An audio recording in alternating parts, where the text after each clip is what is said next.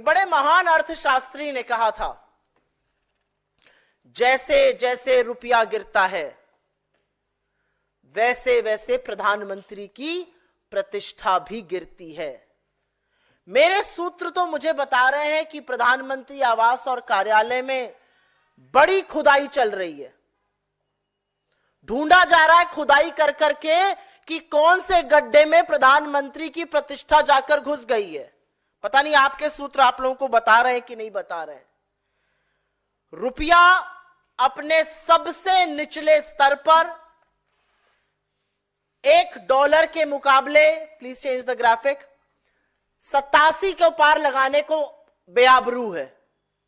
86-95 तक आ गया था, फिर थोड़ी विदेशी मुद्रा भंडार को कम किया गया, जैसे तैसे 86-30 पर संभाला गया, लेकिन कुछ ही दिनों और कुछ ही घंटों की बात है 87 भी पार हो जाएगा।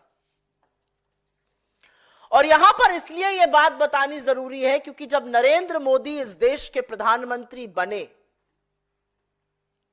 मई 2014 में, तब उनको हमने रुपया 58 पे दिया था। चौथा ग्राफिक लगाइए। $1 के मुकाबले मई 2014 में रुपया 58 था। जनवरी 2025 आते आते वो 87 पहुंच गया है। अकेले नरेंद्र मोदी ने रुपए को 50% डुबो दिया। रुपया पतला होता जा रहा है, यही कहते थे वो, और उसको पतला वो करते जा रहे हैं। और ये भी कहते थे मैं शासन में बैठा हूं, मैं समझ सकता हूं। अब तो आप प्रधानमंत्री बने बैठे हैं, क्यों नहीं समझ पा रहे हैं?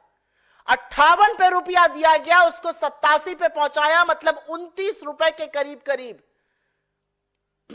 रुपया गिरा। और 50% डाउन है रुपया नरेंद्र मोदी जी के शासनकाल में। और ऐसा नहीं है कि रुपए को बचाने के लिए कुछ किया नहीं गया, पूरी ताकत लगाई जा रही है आरबीआई की ओर से। विदेशी मुद्रा भंडार, अगला ग्राफिक दिखाया जाए, 5वां। सितंबर 2024 में पीक पर विदेशी मुद्रा भंडार था $704 बिलियन।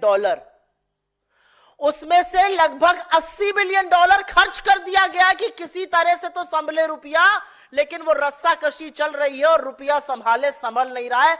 $80 बिलियन खर्च किए गए, मतलब करीब करीब 6,83,000 करोड़ रुपए खर्च किए गए कि रुपया 87 ना पहुंच जाए। लेकिन रुपया तो गिरता ही जा रहा है, गिरता ही जा रहा है और गिरता ही जा रहा है।